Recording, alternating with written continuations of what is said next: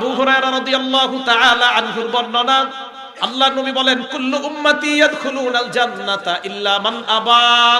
আমার উম্মতের সবাই জান্নাতে যাবে, শুধুমাত্র যারা অস্বীকার করে তারা জান্নাতে যাবে না।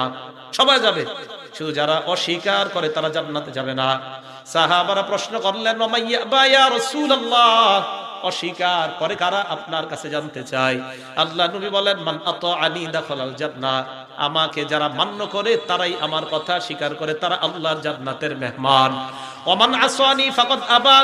এলাকাবাসী ভালো করে শুনেন, আল্লাহ নবী বলেন, যারা আমার কথার নাফরমানি করে তারাই হলো অস্বীকারীর দল। আমার কথা যারা শোনে না তারা অস্বীকারী। আল্লাহ রাসূল বলেন, তাদের ঠিকানা জাহান্নাম। বলেন নাউযুবিল্লাহ। আবু হুরায়রা রাদিয়াল্লাহু তাআলা আনহুর বর্ণনা, আল্লাহর নবী বলেন, কুল্লু উম্মতি ইয়াদখুলুনাল জান্নাতা ইল্লা মান আবা। আমার উম্মতের সবাই জান্নাতে যাবে, শুধুমাত্র যারা অস্বীকার করে তারা জান্নাতে যাবে না। সবাই যাবে, শুধু যারা অস্বীকার করে তারা জান্নাতে যাবে না। সাহাবারা প্রশ্ন করলেন, ওয়া মাইয়াবা ইয়া রাসূলুল্লাহ, অস্বীকার করে কারা, আপনার কাছে জানতে চাই। আল্লাহ নবী বলেন, মান আতাআনি দাখালাল জান্নাহ, আমাকে যারা মান্য করে তারাই আমার কথা স্বীকার করে, তারা আল্লাহর জান্নাতের মেহমান। ওমান আসানি ফাকাদ আবা।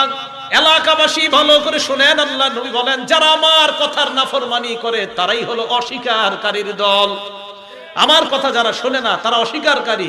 আল্লাহ রাসূল বলেন, তাদের ঠিকানা জাহান্নাম। বলেন নাউযুবিল্লাহ।